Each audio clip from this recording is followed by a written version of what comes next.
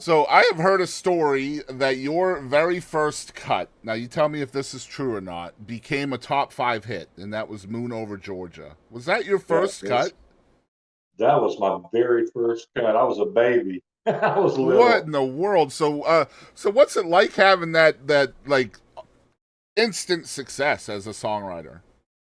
It was like I said, growing up here in Muscle Shoals was kind of magical, almost miraculous. When I had that, it was a double miracle. It's like, what? I mean, I couldn't believe it. It was like almost, Chris, like I could stop what I was doing. I could quit at that point and be a happy man. I would never have done that. But I was thinking, man, I could quit right now and I'd be on top and I would be happy. So it takes the You pressure know, off then, huh?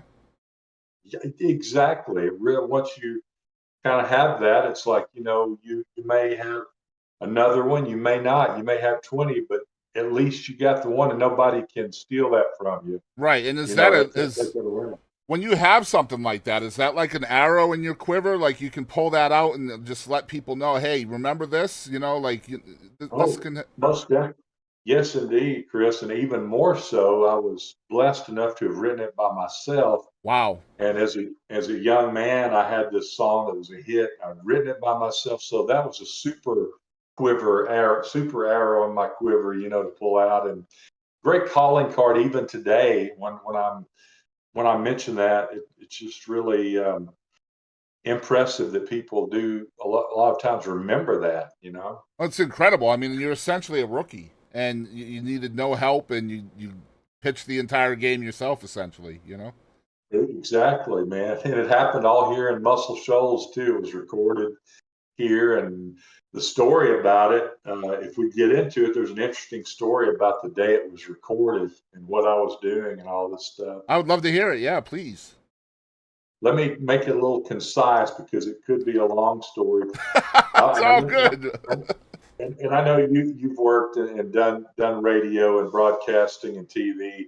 I was working in radio. I was working still in college. Just started college actually in Florence, Alabama, which is 20 minutes from my home in Center Star. Shenandoah, I knew that they were recording it. I wrote songs at Fame, which is in Muscle Shoals. It's a Hmm. publishing company, a studio where Aretha Franklin had her big hits. But the country group Shenandoah, they're from here also in the Muscle Shoals area. Yep. And we were all just sort of camped out at Fame, hanging, writing, playing. And they formed this group and got a record deal. And they liked this song of mine that I had made a demonstration recording Hmm. of. And they liked it. And I had some letdowns like we all do, so I didn't put too much credence in it because usually when somebody likes a song, it's 99% of the time it doesn't happen, right? I mean, Hmm. that's one of the facts of life. That's the So nature I of the knew beast, for sure. Yeah. that's the nature. So I was jaded to the point, even as a young man. But this happened like in November of '89. I'm sitting at the radio station. I'm the only employee there. It was a small station. So they had me sign on in the morning, sign off in the evening. I'm young, so I can do it. Hmm. Um, and it went off the air at night. So there was no boss there. He was in Atlanta that day. There was nobody else I could call when Rick Hall's secretary called the radio station and said, Mark, I know you're 40 minutes away in Lexington, Alabama, but we're about to record your song in about an hour. We wanted to give you a heads up if you What? could get somebody to fill in for you. And I hung up. I said, man, I'll do what I can. But I knew there's nobody. I could not leave dead air Right. or I'm going to get in trouble with the FCC and, whoever, radio station owners. So I think, what in the world do I do? I thought, I call mama. Of And I course. called up Yeah. my mama. She was 20 minutes away, but I said, Mom, I need to teach you how to run this radio station really quick. And she said, I'll be there because mamas will help their babies any way they can. Yeah. No Google to help here either. So like. No, no, no Google. So I gave her the basics. I showed her how to take the 45 record or the album, the 33, cue it up, get it ready, tell the people queuing up is getting it ready to play. Hmm. I showed her where it comes up on the mixing board. I said, don't turn the mic on. You won't need that. We had all the station IDs on cartridges, right? Yep.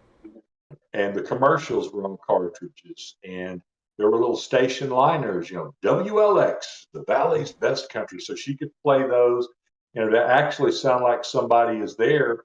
But I said, we're going to close the blinds, lock the door, don't answer for anything. There were no cell phones. That's great. So I said, I'll be back. I'll be back in 3 or 4 hours.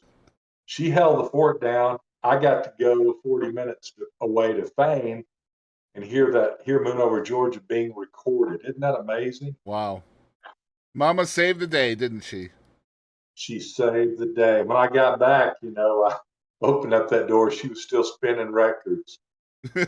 She was after your job at that point, probably having a good time.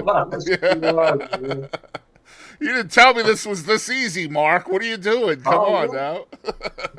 Yeah.